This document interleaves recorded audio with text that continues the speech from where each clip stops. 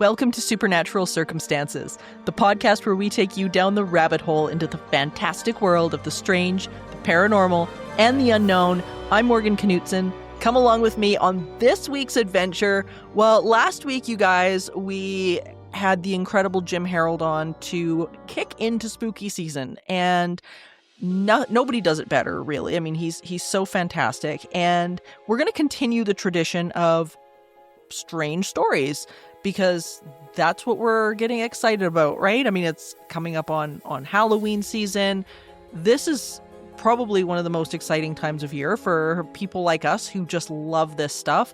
And I couldn't think of anybody better to have on than my good friend, Dr. Dean Bertram. And for those of you guys who don't know Dean, he hosts an incredible podcast called Talking Weird.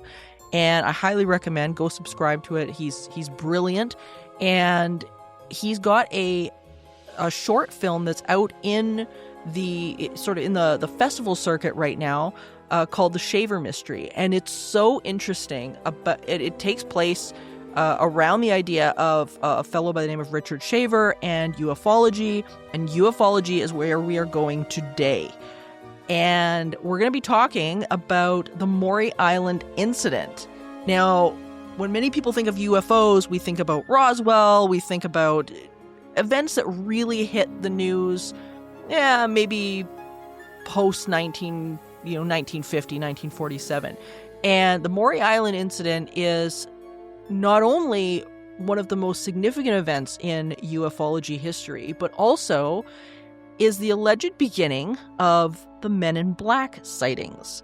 Now, if you guys listened to the last episode, you know this is kind of a topic that's near and dear to me, and I'm really interested to get to the bottom of what this means. What does this mean for ufology? Was the Maury Island Incident even real?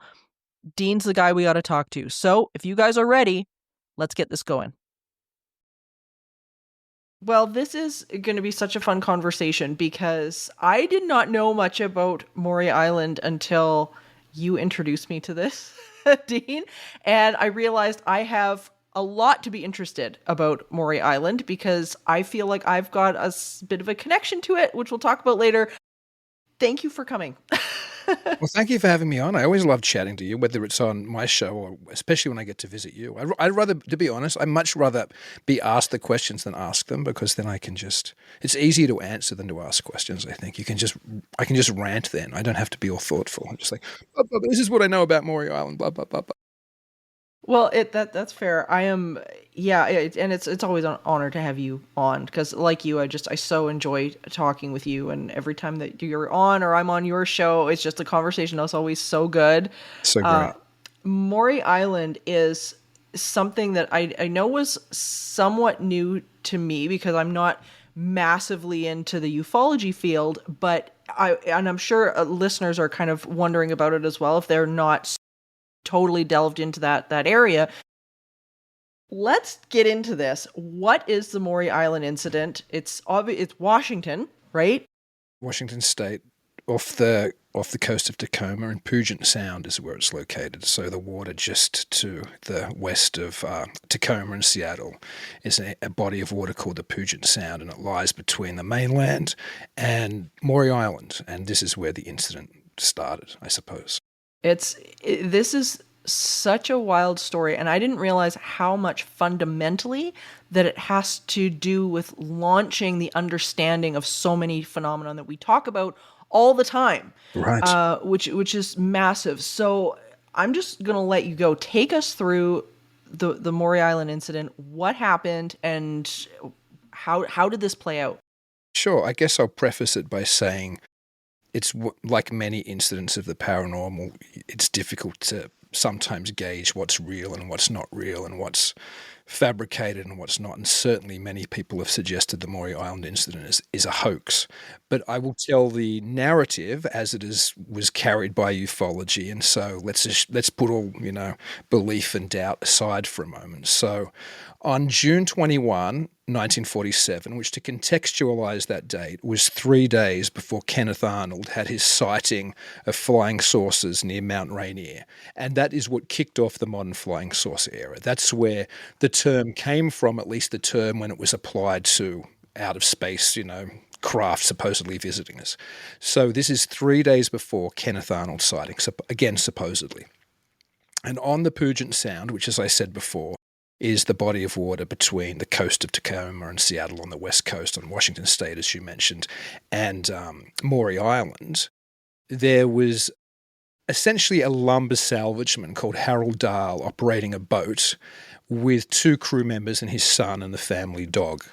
And I suppose their job was to go and look for lumber that had fallen off, boats which were shipping lumber, and then they would salvage it and they would sell it back to lumber companies. Apparently it was something that people, did at the time. Anyway, they're out doing this job, and all of a sudden they notice in the sky above them essentially a flying saucer, although it was really a flying donut is the way they described it, because there was a hole in the middle of this craft.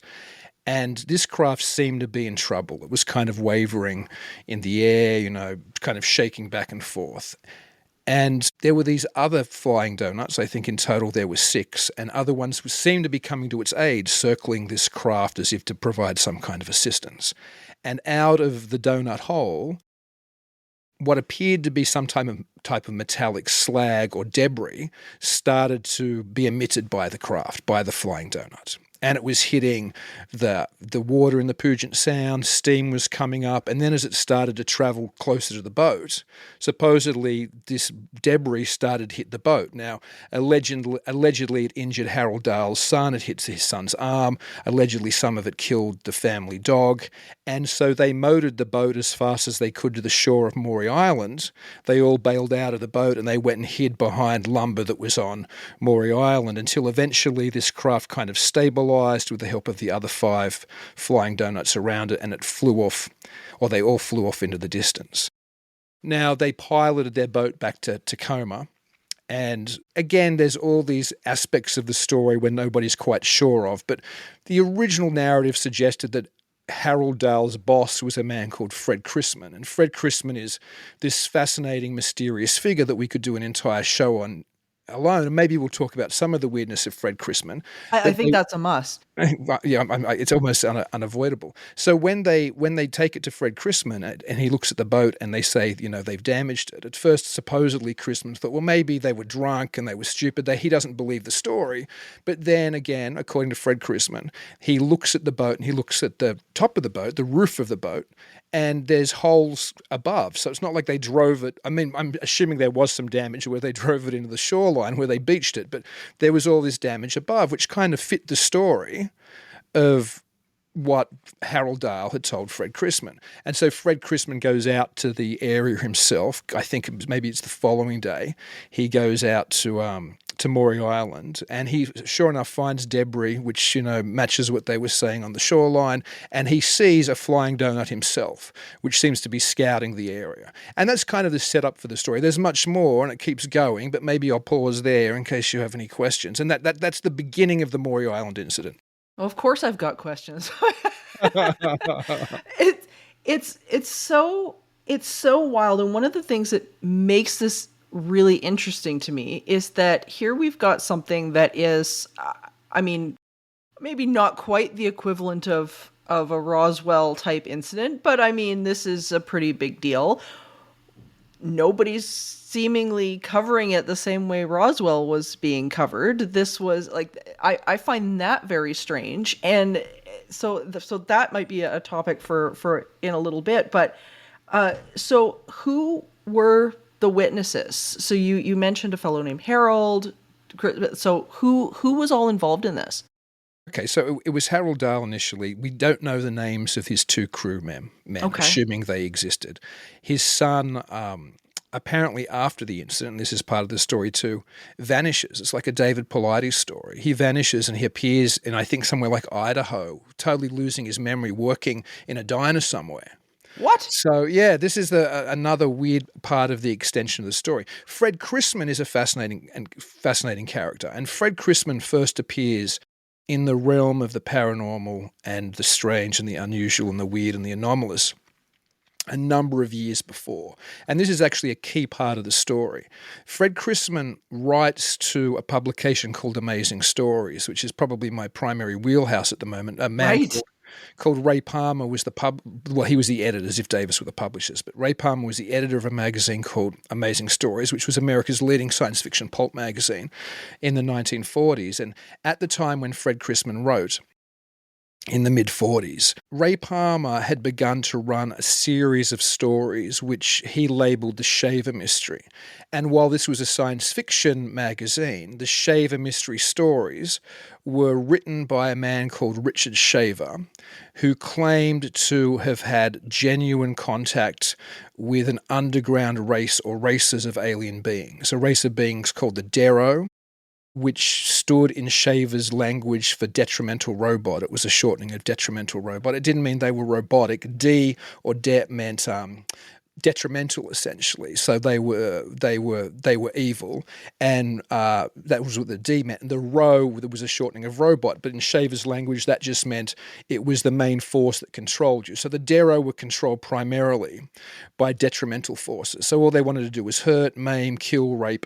That was their game, and they interfered with the surface. They had rays that they shot up towards the surface, which could send bad ideas into your brain. They could crash planes with this thing. They could cause all kinds of trouble, and they constantly did. The Darrow were essentially the devils and the demons of history. They were the things which interfered with us. There was another race down there as well, but we'll stick with the Darrow for the time being, because this has to do with Fred Chrisman's first contact with Amazing Stories and with Ray Palmer. So he writes a couple of letters to Ray Palmer during the height of the Shaver Mystery, because the Shaver Mystery stories drove Amazing Stories to an all-time high circulation of essentially 250,000 issues, which was unthinkable at the time. Like, this was crazy for any pulp magazine, let alone a science fiction pulp magazine. And that's a whole other story into itself, which I think we've talked about a little bit maybe before, you and I, but just that there was a big furor in science fiction between the hardcore science fiction fans who didn't like this kind of weird occult, new agey, wasn't called new age then, but, UFO-y type stuff, and just the general readership, which were like, these stories are fascinating, that Richard Shaver's saying. Anyway, there was always a lot of letters to the editor, and a couple of those came from Fred Chrisman. Chrisman, in his first letter, essentially said that when he was a fighter pilot in World War II, so I think maybe 45, 46, he'd been shot down in Burma and had landed on an island, and there was a cave system there, and he'd essentially got into a battle with the Darrow. And the Darrow, I think, had shot at him with a ray gun or something and left a hole in his arm, or maybe killed his friend. Anyway, the details don't matter that much, but the point is Fred Chrisman had already been in contact with Ray Palmer a couple times about his supposed own encounters with the Darrow, which wasn't that unusual in Amazing Stories at the time. A lot of people were writing and claiming to have heard the voices which Richard Shaver heard, or to have been in the cavern system, or to have encountered something which seemed to back up the stories that Richard Shaver was writing and Ray Palmer was publishing in Amazing Stories. But flash forward to the Maury Island incident. And this is the reason, and you mentioned before, and I can kind of answer two questions for you, because you mentioned before how now everybody knows about Roswell, but few people talk about the Maury Island incident. The great irony, of course, is up until the late 70s, the early 80s, nobody in the UFO field talked about the Roswell incident at all, because after the incident, and it went out in the news services that the US Army Air Force had captured this, crash saucer in, early July of 1947, the US Army Air Force redacted the story almost straight away and said, no, this isn't, or retracted it and said, no, this isn't happened. And then it was forgotten. Ufology left it alone. But because Ray Palmer, which I'm about to talk about a little, who got involved with the story, was the major, perhaps, publisher of flying saucer stories and flying saucer materials, arguably from the 40s all the way into the 60s, he had put so much emphasis on the Maury Island story that there was a period where if you'd asked a ufologist or somebody interested in the UFO story back in the 50s or 60s, what's Roswell, they would have gone, I don't know. But if you asked them what's the Maury Island Incident, they would have known what the Maury Island Incident was. And Right. That that makes probably sense. continued up until Roswell took over. Like I have 2 UFO encyclopedias behind me here. I think one's from Ronald Story, one's from Margaret Sachs. Both of them published in 1980. I don't believe either of them even mentioned the word Roswell because it would have been all but forgotten. But Maury Island would be mentioned, I'm almost sure, in both of those because it was such a big story. So anyway, that kind of feels perhaps your listeners in on the importance of Fred Chrisman, because Fred Chrisman already had a weird relationship with Ray Palmer. Not that they were buddies or anything, but he'd certainly been in contact before. And so when he recovered this material, who did he send it to? He sent it to the editor of Amazing Stories, Ray Palmer. Right. And Ray Palmer's who already thought that the flying saucer mystery, that had just started, because supposedly Maury Island happened, as I said, on June 21. They didn't send it to him on June 22. They didn't send it to him until after Kenneth Arnold's sighting on June 24. So by the time that it was sent to him, and so then the argument becomes, well, maybe Maury Island thing's a hoax and people are trying to cash in on Kenneth Arnold's sighting. But when they send it to Ray Palmer, he's aware of the sources, as a whole country is aware of the sources. But to him and to Richard Shaver, this is proof of what they've been writing about in Amazing Stories since the mid-40s, since about 1944. This is proof of the caves because Richard Shaver wrote about aliens from space visiting the people in the caves, the people from caves having this advanced technology which sounds very much like flying saucers. So they were already like, this is the Shaver mystery come to life. And interestingly, the June 1947 issue of Amazing Stories, which was already on the newsstands before Kenneth Arnold's sighting, before the Maury Island incident, was the All Shaver Mystery Special. Now, Amazing Stories had already really become the All Shaver Mystery magazine anyway, because that was the major focus of the magazine. Sure, All this issue was stories by Richard Shaver and people writing things which backed up what Richard Shaver was saying. And one of the pieces in that All Shaver mystery issue in June of 1947 was a piece by the great Fortean Vincent Gaddis, who used to write for Amazing Stories, a piece called Visitors from the Void. Now, he didn't have the term flying saucers to use yet, but he wrote a piece in that, and this is before Kenneth Arnold's sighting, essentially talking about various sightings of things in the skies, which were probably from outer space, which were probably extraterrestrial. So that was on the newsstands. This magazine, which had reached 250,000 circulation, was there before Kenneth Arnold had his sighting and before what happened at Maury Island, if it happened at Maury Island, actually happened. So anyway, Fred Chrisman sends this material to Ray Palmer, and Ray Palmer realizes this is a heck of a story. So Ray Palmer, being the great editor that he was, the great, almost Barnum-esque, carnival shouter that he was. Yeah, when I think of him, that's exactly what I think of, is kind of like this like carnival barker in a magazine. A little bit, like he would pick up on these stories, like it was so interesting. Yeah, he was great. He knew how to publicize. I think he was very sincere in a lot of what he did, but he had a great taste or a great sensibility for what would become a popular story. So who does he contact? This is genius. He contacts Kenneth Arnold, the first flying saucer witness who's already, captured attention of America, probably definitely the most famous flying saucer witness on the planet, and asks Kenneth Arnold, who already lives in the Pacific Northwest, he's Idaho-based, he's a private pilot, so he can fly to Maury Island and investigate. And he asks Kenneth Arnold, will you go and investigate Maury Island for me? And Arnold agrees. Yeah, I think there's different versions of how much Palmer paid him. It's either $200 or I've also heard $500. And Arnold went and investigated. And when Arnold investigates, it's when the story kind of blows up. It's when it becomes crazier and we start to get so many more of the tropes that we have in modern ufology, because of course we've already got the first really modern idea of flying saucer wreckage, wreckage retrieval, again before Roswell. Whether it's real or not, it's still before Roswell, right? It's meant to be June 21. Roswell doesn't happen until July, 4th or something like that, at 47. So we've got the beginnings of modern UFO mythology, the beginning of crash saucer debris. But when Arnold goes there, all these other things start opening up. Okay, what happened?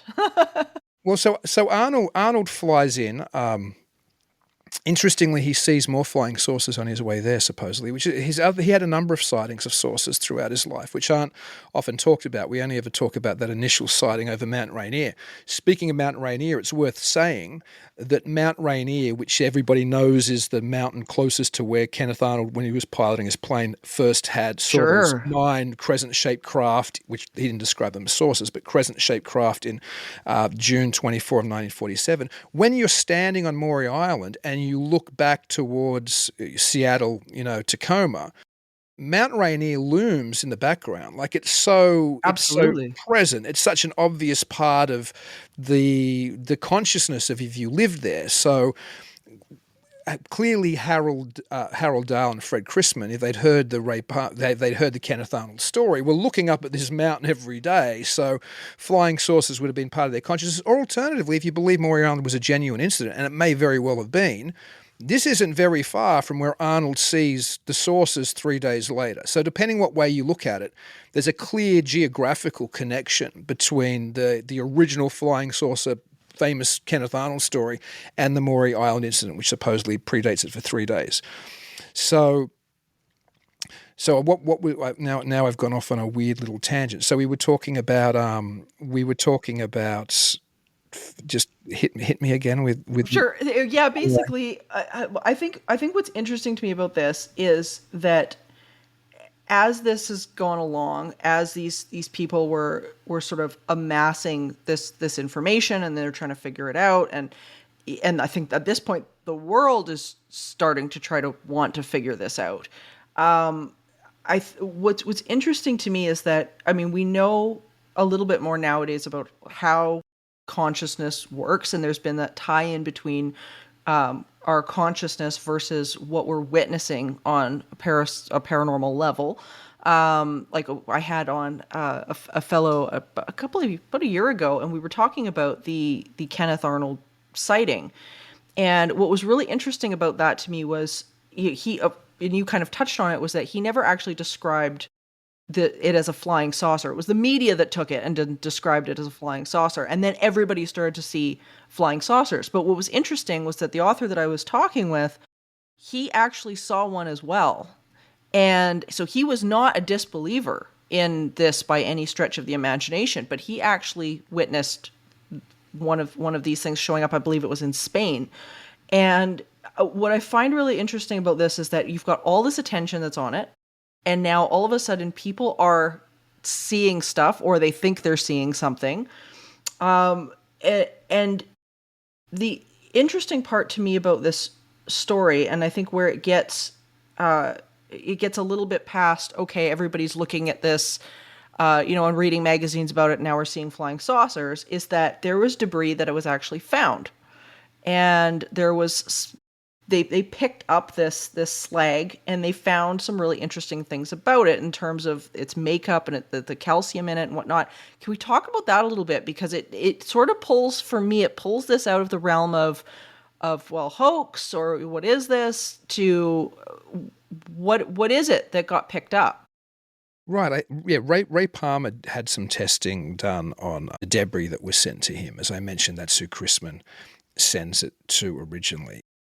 I think you're right. I think it's the levels of calcium in it are indicative of the type of metallic structure that would be used to protect people from radioactive waves, which would be or rays rather, which would be the same type of material used in spacesuits and used in nuclear reactor, shielding and things like that. Interestingly, there is a piece of it left. A piece of it is still in the hands of Raymond B. Palmer, Ray Palmer's son, who lives near me. I've held what may be the last, publicly held piece of the Maury Island Incident debris, because it's funny. There's a UFO Hunters show, and it might even be the first episode, with Bill Burns, who used to be the editor of UFO magazine. I think it's a fun show, but they go to Maury Island and they go like scuba diving, and they're looking in the forest to try to, to find some of this material, because of course this is another part of the story. Another plane crashes, which is carrying some debris, and we can get into that maybe, but they're looking madly for this debris, and I'm like, you just go and knock on Raymond B. Palmer's door, and he'll pull out Right. the piece. You don't have to be diving in, Puget Sound or going through the woodland in where the Air Force plane went down, which was carrying it. And again, whatever the reality of it, there was a very weird potency when I held that piece of metal in my hand. I've held it a couple of times now because I visited Raymond A. Palmer's son, because he lives not very far from me, and he's let me hold the debris a couple of times. And if you're into UFO history like I am, whatever the reality of this story is, it's like holding a piece of the Holy Grail almost. Like, this is the first Yeah, UFO absolutely. crash story of the flying saucer era. And when you I remember the first time I held it in my hand, because I'd written about this all the way back in my PhD, Sure. a couple decades before, and I'm holding this thing. Not knowing that he had, no, well, I did know. I'd heard rumors that he had it, but when I visited him, he pulls it out, and I'm like holding it, and he's like, "You can hold it for a little while if you want," because I'm just stunned, like looking at this thing. Oh, So it's wonderful. Some of this material exists. Apparently it's been shipped out a number of times because there've been a number of tests still done on it, and a lot of these tests are never properly conclusive. Like, I think people always want to hope there's some proof that it's extraterrestrial, but how on earth do you prove that? Yeah. I think I think that's really fascinating, because there's been so many cases over the years that probably fall on my list of the most interesting in terms of ufology, where you hear about these small towns, for instance, that all of a sudden get dumped on by something, whether it be like goo or strange substances, and then people are getting sick from these substances, and then they're seeing these weird crafts in the air, and then all of a sudden some sort of agency sweeps in and cleans it. Like, it's so bizarre. And here in Alberta, we actually have a few of cases similar to that ended up getting tied back to the government, which is a sort of a long story. But I find it so interesting when this stuff is actually recovered, because it does bring it out of the realm of, okay, people were drunk on the boat and maybe had a few many, to something happened, right? Like, something went on, something Right. happened. So, but this story takes a really interesting turn as well. What was it? The next day, they Right. get a visitor. That's what you were asking before. What happened with Kenneth Arnold when he went there as well? And I Yeah. got sidetracked with the Mount Rainier story. So what if we look at how the story rolls out? And this is before Arnold gets here, and then I'll get back to what you asked about Arnold. I think that's what you asked. But the next day, Harold Dahl receives a visit from essentially what we would call now a man in black. It's the first time in modern history that a man in black appears. Harold Dahl is visited by a man wearing the traditional black suit, the black tie, the black hat, and it describes to, or tells Harold, we know exactly what you saw, and kind of describes what he saw. We need to go away and talk about this, and not where your family is. I think he visits Dahl at his house. And so they go to a diner or somewhere like that nearby, a cafe or something. And then he tells him everything that Dahl saw. And he says, if you know what's good for you and what's good for your family, you won't tell anybody about this, which is classic men in black behavior. This is Sure. the beginning of it. Like, we haven't had Yeah. a man in black story before this. Now, Harold Dahl doesn't do that because they contact Ray Palmer with the debris, but this is one of the reasons that Dahl thought his son disappeared, that this was somehow Wow. some part of some government payback, or some secret payback. Dahl, when Kenneth Arnold, and this is what you were asking before, when Kenneth Arnold visits and investigates, he goes to visit Dahl, and Dahl takes him to a house which is set up like an office. Supposedly Dahl has a secretary in there, and it's all very, very strange and too convoluted to talk about now. But when when Arnold leaves and he goes back to the house, there's nothing there. It's totally empty. It's like it had been set up just for Dahl's benefit the night that he visited. There's nobody there at all. What the hell? Yeah, and that's in the Coming of the Saucers book, which is one of the very first flying saucer books, not the first, but one of the very early ones, written by Kenneth Arnold and Ray Palmer. And it's certainly worth reading for anybody who has an interest in this type of material, because Ray Palmer wrote it with Arnold, and I think some people have argued that Ray Palmer might have done most of the writing. Ray Palmer had been a science fiction writer and a science fiction editor by this stage of his life for, well over 15 years. He knew how to make a story exciting and interesting, and you wonder how much some of the details might have been spun. Certainly, we know there's changes in the date to make the story more interesting. Like Palmer kind of condensed and changed some of the dates and things, but still, that story is in the book. So there's all this very weird James Bondy type stuff, and parts of the book does read like a spy thriller. Like Kenneth Arnold calls in a friend of his, Captain Smith, who was another very famous early UFO witness. I don't know what airline he was a pilot of, but a major US commercial airline. He was a very well-known pilot, and he'd had another very famous early sighting. In fact, there are photos of Arnold and Smith with other people looking at maps where UFO the sightings have occurred and things. They were both very well-known flying saucer witnesses, and they become buddies because of it. And so Arnold called Smith in. Smith flew in to help him. And then they shared a hotel room. The hotel room story alone is another weird story. When Arnold arrives in Tacoma, he can't find a hotel anywhere. Apparently the whole thing's booked. And he rings the best hotel in town, and they say, "Oh yes, we've got a room ready for you, Mr. Arnold." And he'd never made a booking there. What? So super weird. Anyway, so he stays there. His friend Smith visits, Captain Smith visits and stays there. And then they start getting calls in their room from a reporter saying, "Somebody just rang us and said you said this." And they're like, "How on earth does anybody, what?" And they get super paranoid. Like in The Coming of the Saucers, Arnold says, again, co-written by Ray Palmer, says they tore apart the room looking for bugs. They couldn't find anything. And he gets so freaked out, Arnold says, "I was really glad that I brought my handgun with me because I slept with it under my pillow." Like he got really scared. Wow. And I mean, Sorry, go on. no, I was just going to say, and I mean, from that coming from a military man, something's serious. Like I think with a lot of this stuff, everything that you're describing is kind of how this stuff seems to work.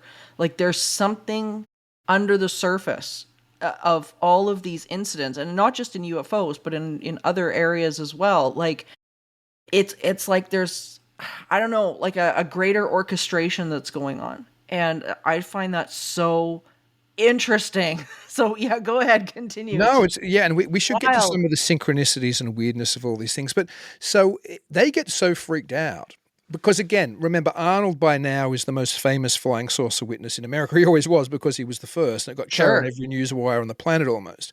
That he already knows Air Force investigative agents who came to investigate and talk to him about his report. So he gets so freaked out, he thinks something really weird is happening in Tacoma and Maury Island. So he calls his Air Force agent, assumedly he's still got his card in his wallet, and he says, "There's something weird going on here, and I'm spooked and I need your help." 2 Army Air Force agents or 2 Army Air Force officers fly in to investigate the case on Arnold's request. So this all goes back to Ray Palmer, remember. So this is how important Palmer is. Palmer initiates it by asking Arnold to investigate. Arnold gets creeped out, first asks his friend to help, then asks the Air Force in. The Air Force come in, they interview everybody. They interview Chrisman, they interview Dahl. They obviously talk to both Arnold and Smith.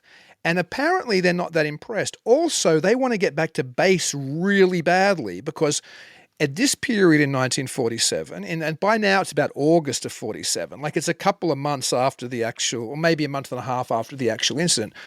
What's about to happen historically? Well, the Air Force is actually splitting from the Army. They used to be the same service. Like the Air Force was just, I guess, a brigade or whatever you would call it. It was a part of the Army. But the Air Force is becoming its own service. It's becoming Air Force Day. It's the day they're going to celebrate their, I suppose, independence from the Army. So these 2 investigating Air Force officers want to return to their base. They're in a hurry to get back. They flew in a B. I think they just got a B-25 because they were both pilots, and they just flew in to do the investigation. And then they go, "We're going back." Like they apparently didn't think there was anything there. When they're leaving to go back, Fred Chrisman says, "No, you've got to take some debris with you. This is the proof." And they're like, "Okay." So Fred Chrisman motors away, goes and grabs some debris that he's collected on the shoreline of Maury Island, the same type of debris which he'd already sent Ray Palmer, a month and a half or so earlier.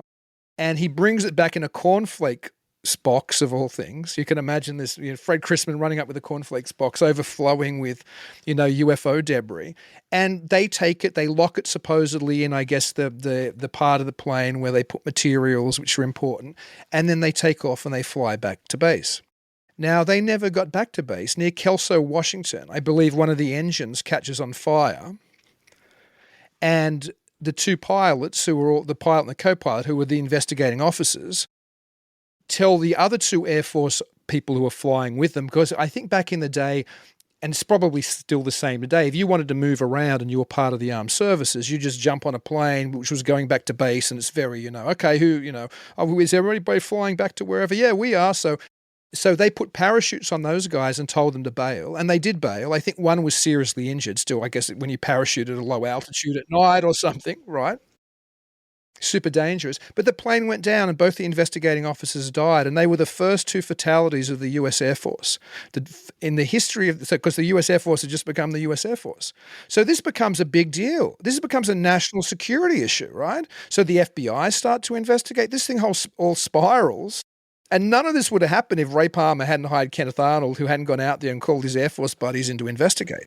God, and if I'm not mistaken, too, one of them, and maybe it was Ray, said, "Don't get on the plane with this stuff." That's right. Like he had actually come out and said, "Do not fly with this because something is going to happen." And lo and behold, this engine they get shot at, or something happens, and down goes this airplane. There's so much that's going on here that you're like, is this coincidence? I don't know. I don't believe in coincidences. It's very bizarre. Yeah, this is like the beginning of X-Files. I always call it X-Files, UFO belief, because that's what people most understand. But the paranoid version of UFO belief, the idea of government cover-ups and, secret societies and men in black and retrieved UFO crashes, it all starts at Maury Island. And you're right. According to Ray Palmer, he had told Kenneth Arnold, do not let those men fly out of there with that wreckage, or there is going to be, Palmer supposedly just knew, but whether Palmer did actually tell Arnold or not, certainly that's what happened. Certainly those men never made it back to base, which is what Palmer says that he told Kenneth Arnold. It's wild. I think it's interesting that all of this stuff occurs, that is such a catalyst into the UFO movement that goes forward. And it makes you wonder, how many of the stories are now unknowingly based on the Maury Island incident, or is it something where the Maury Island incident happens and then people start coming forward? And I think back, and this is sort of a different genre, but back to the 1909 Jersey Devil case in New Jersey, where people were, all of a sudden it blew up in the media that there was this creature that was jumping on roofs, and the whole city gets put in lockdown basically because people are seeing this thing wandering around town. And it was often chalked up to, it's mass hysteria, like that's what's going on. But then when you go back to the indigenous writings, of course, the indigenous writings are saying, no, this is known as the place of the dragon, like where we've been seeing this thing here for a really long time. So it kind of makes you wonder, with like a case like this, what happened first, the chicken or the egg? Right. It's really fascinating. Yeah, I think that's the case, and it's great you brought up the Jersey Devil analogy, because there's lots of them. There's Dogman's a classic example. Before Linda Godfrey's investigations in the Beast of Bray Road, and before similar things in Michigan happened, where there was a repopularization, there's no Dogman stories in the paranormal literature seriously for a very long time. I remember asking Ken Gerhard a while ago, because I was kind of working on a book which has been long put on the back burner about some of this stuff. And he's like, no, and he's I suppose one of the world's, There was in Canada, though. oh, There was that's in interesting. Canada. Yeah, lots of Indigenous history with Dogman here in Canada. Well, I think you're right, and I think that's the Yeah, same as Jersey Devil. yeah, I don't think I don't think these things didn't pre-exist. But the question, the chicken and the egg point you made is wonderful, because were people having these experiences anyway, and it's just that the media covering it made it safer to come forward, or did somehow the media attention either cause people to misidentify non-anomalous phenomenon as anomalous, or even crazier, did that attention in the human, subconscious somehow let these things come out more? When people are thinking about them, do they somehow emerge more? If you've got stories on Fox News all of a sudden, or wherever, then are more people aware of it, and are they like more likely to have an encounter with something like it? It's yeah. it's a very weird, and that chicken and the egg analogy is absolutely right. Like, it's what is it? How does it work? Yeah, and I don't know if there's necessarily an answer to that, because there's so much of consciousness that's tied into the UFO phenomenon, to of course the parapsychology phenomenon, and whatever. But what I find really interesting about this story, among many other things, is the Man in Black aspect to it, because I had my own Man in Black encounter a couple of years ago, and it was amazing. You should tell me that. I've never heard you tell that story. You've never heard me tell that story. I told it in the last episode. So once we get, people have probably heard this a million times. So when we get off the air, I'll Okay, tell you I the can the go back and story. listen as well. But it was so interesting. And it was very benign, like very positive. It was never anything negative, but it was absolutely real. And so I hear stories like this, and I think to myself, like, if this was the beginning of the phenomenon, what exactly does that mean? Were these beings around beforehand? Who are they? I guess there's a lot of theory out there as to what they are. I'd love to hear your take on what you think they are, who you think they are. You're right. There's lots of historical antecedents, I suppose. I wish I could remember his name. There's an academic who did his PhD dissertation. I used to own the dissertation. I bought it back when I was doing my own. About correlates in history of the Men in Black phenomenon. So people encountering, strange men in dark suits knocking on their doors, and this ties in with all kinds of things like vampire mythology and even modern, black-eyed children lore, where these things which don't really seem like us. I think a lot of people are confused with Men in Black now for a number of reasons. One is because we have this overwhelming kind of belief that it's the government covering everything up. And secondly, because of the Will Smith, Tommy Lee Jones movie, which makes it all fun and they're just, normal Sure. guys who happen to work for a government agency.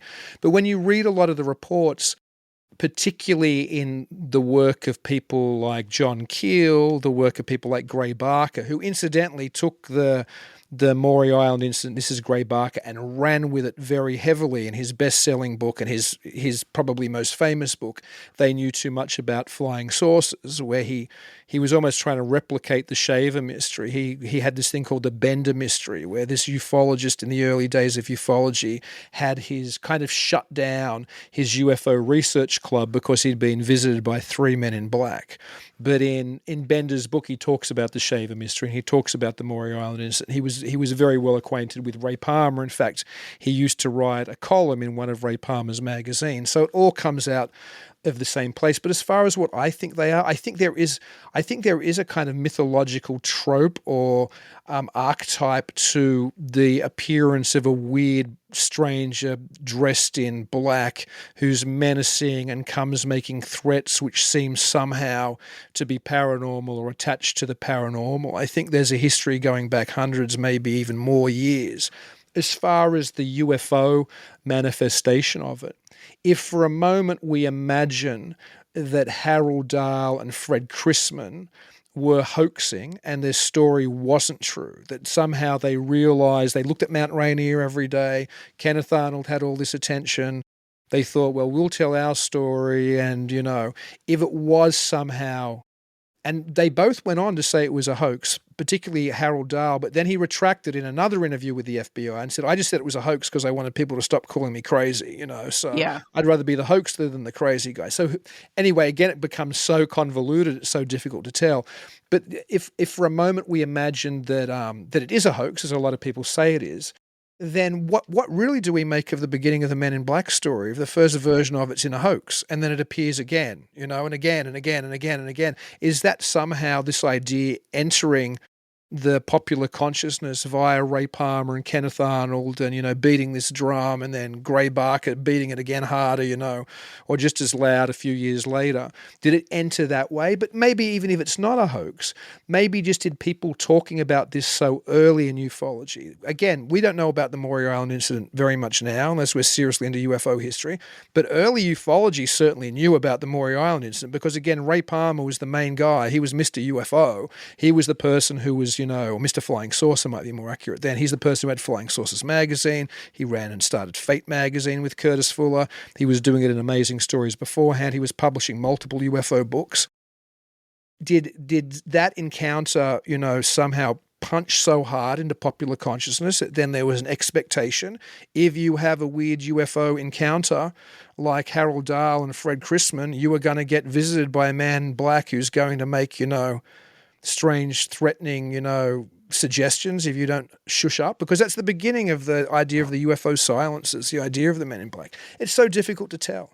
Or was there always these people waiting? Or was the government agency, if you believe that version, were they trying to shut down, I don't know. But I do suspect, I really do, as much as I think about almost any of this stuff, I think when an idea enters the popular consciousness, whether it's Men in Black or whether it's Flying Saucers or whether it's Dogman or whether it's the Jersey Devil, as you mentioned before, I think these things almost take on a life of their own.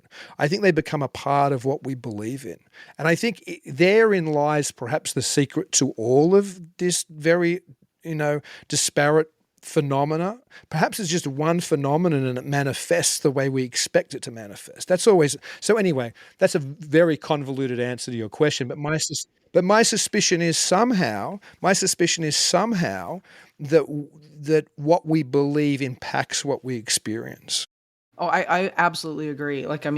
You're definitely preaching to the choir on that front, because and I think we've seen that result in parapsychology studies over and over and over again, right? Just even in, and I've probably sound like a broken record to the audience, but back to even something as simple as the Gansfeld experiments, where people who were completely resistant to this stuff had zero results or poor results, where the people who were hooked up, that were really open-minded, maybe didn't have an opinion on it, were having these interesting results where they were receiving images from somebody in another room and they were able to identify stuff and remote view and do all this kind of a thing, and do things quite accurately. And I think that is such a telltale as to how a lot of this stuff works. I think when we are conscious of things around us, then we begin to see things in a different way. I think the universe has a funny way of bringing you things when you need them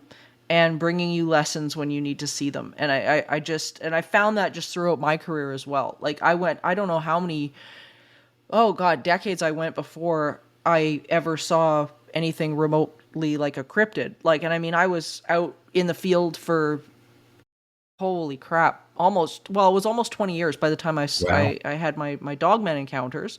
But it was, I don't think prior to that I would have made sense of it in the way that I've made sense of it now. I had to hit a certain level of understanding. Not to say that I understand what the hell's going on, because I'm still asking questions. But I think there was a point at which I was like, you know what? Okay, everything is consciousness. We're not experiencing everything that we could possibly be experiencing. Having that openness, and then stuff starts to just kind of present itself into your experience. And like you talked about synchronicities, but before, that was another thing where it's like, I've had synchronicities show up that 100% are not coincidence. Like stuff that is so far beyond, I'm sure if I repeated it, somebody in the padded truck would come and get me. But it's so wild that, I mean, there's no way to me that our consciousness is not influencing what we're experiencing, and there's some sort of co-creation going on. I think some sort of co-creation going on between what this phenomenon is and us. And I think, like what you talked about with the hotel room and all that, doesn't surprise me at all. Yeah, I agree with you on the co-creation point. Greg Bishop wrote a wonderful essay in the late Robbie Graham's UFOs, reframing the debate about the nature of the UFO phenomenon seeming to indicate co-creation. And of course, other people have said very similar things, Jacques Vallée and John Keel and various others. I often wonder if the real value of studying the phenomenon isn't working out what the phenomenon or the phenomena, if it's all the same, is, but what it tells us about ourselves, what it tells us about being human. Absolutely. Yeah, I think I think that's the journey with this, whether it be ufology, whether it be hauntings, whether it be Dogman, whatever it is. I can attest to the fact that I have learned more about myself in how I'm interacting with this phenomenon than anything else. My Dogman encounters, which people who listen to the show know about, has taught me there's a new level of humility and love and respect for something that is often terrifying and people run from. And as most people that listen to the show know, I have a very deep love and affinity for them because I've had amazing experiences. But I think like this stuff humbles you in a way, because you realize you sure as shit don't know anything about anything that's going on, and B, it's a type of thing where the more you delve into that introspection and sort of start to clean yourself up, the more you get access to all of this. So yeah, I think it's phenomenal. Well, Dean, thank you so much for this. This has been amazing.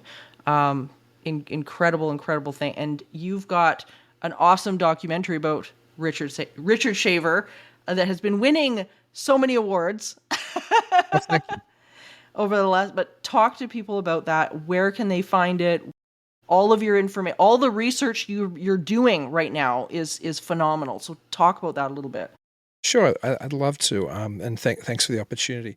So I have a short documentary, which is about 14 minutes, just called The Shaver Mystery. And I mentioned a little bit earlier in the show what The Shaver Mystery is about. It's essentially extracted from my upcoming feature documentary, The Man Who Invented Flying Saucers, which is about Raymond Palmer, Richard Shaver, and the creation of modern UFO belief. I have had a lot of luck with The Shaver Mystery short film on the festival circuit. It's screened at, a couple dozen fests and various cons and events now. It's won, I think, 8 Best Documentary awards along with a bunch of other awards, which is really gratifying. And I think one of the reasons is it's such a strange story. And people have forgotten what was perhaps an origin story, well, certainly what I think was an origin story of modern UFO belief. It's still on the circuit. People can still, it's not available anywhere yet except on the festival circuit, and that's again the short film The Shaver Mystery. It has a couple of upcoming screenings. It's at Genre Blast, which is in Virginia, and I think that festival runs August 29 to 31. I don't know yet if I will be there or not. I don't know yet if I'll be at Genre Blast or not. I will be at the following screening, which is September 19 to 20, the Friday and the Saturday. I'll also be doing a talk on the Shaver Mystery there, and that is at the Crossing Realms Conference, which is in Richmond, Virginia, which should be an awful lot of fun. There's all kinds of wonderful people there presenting and talking. So if anybody's anywhere near either of those events, I suggest you get along, not just to see my film, but to see either a bunch of other films or a bunch of other wonderful presenters. If you're interested, you can just go to theshavermystery.com. That's theshavermystery.com. That will currently just take you to the Facebook page, which is for both the short and the feature. And I always update what I'm doing with the feature because we're getting closer and closer. It's almost done now, where I've been working on it now for 2.5 years, but we're getting close. And it also always says where upcoming screenings of the Shaver Mystery short is. It's so exciting. It's so good, and I can't wait to see where it takes you, because I don't think this is the end of the story. I think there's going to be more. I think there's stuff that's gonna show up along the way, and I'm excited for you, because I think this is the beginning of a very interesting journey. So, again, thank you so much for doing this, and we're sending everybody over to the Talking Weird podcast, because it's so much fun and it's phenomenal, and there's so many cool people that come on, great discussions that we've had and that you've had with so many other amazing guests. So, Dean, thank you so much. Morgan, I can't thank you enough, and I always love talking to you. We've got to get you back on Talking Weird again sometime soon, because it's always so much fun.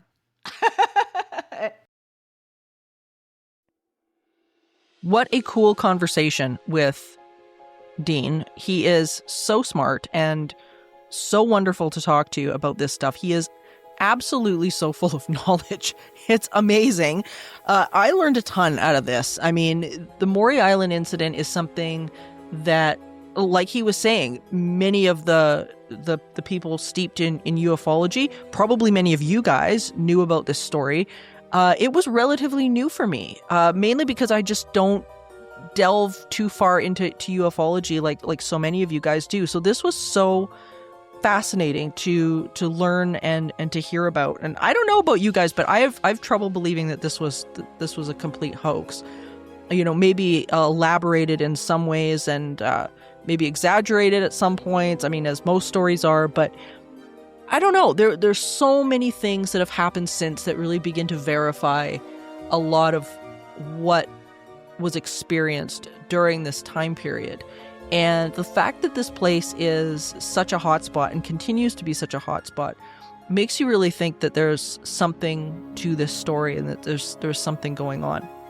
I'm always so interested to get to the root stories of where things begin, because I find that if you can find the origin point, then many things are revealed. We had Chris Auerbach on a couple of years ago, who talked about the flying saucers and the Kenneth Arnold sighting, and how we wouldn't even have the term flying saucers today had it not been for the fact that the press got Kenneth Arnold's story wrong and it got his description wrong. And then all of a sudden everybody's seeing flying saucers basically because of a misprint in the media.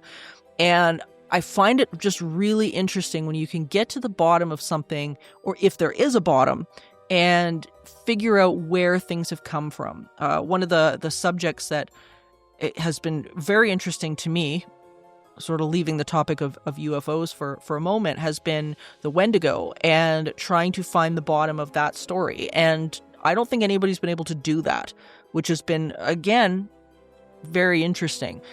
I brought up in this particular case the Jersey Devil and the roots of these stories, where often the story itself is preceded by an incident.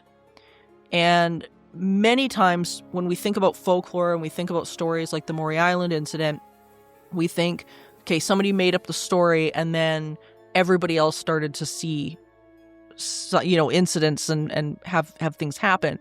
But what's really interesting about things like the Jersey Devil is that when you go back far enough, you realize that people were experiencing something that the indigenous of the area called the Pine Barrens, the place of the dragon.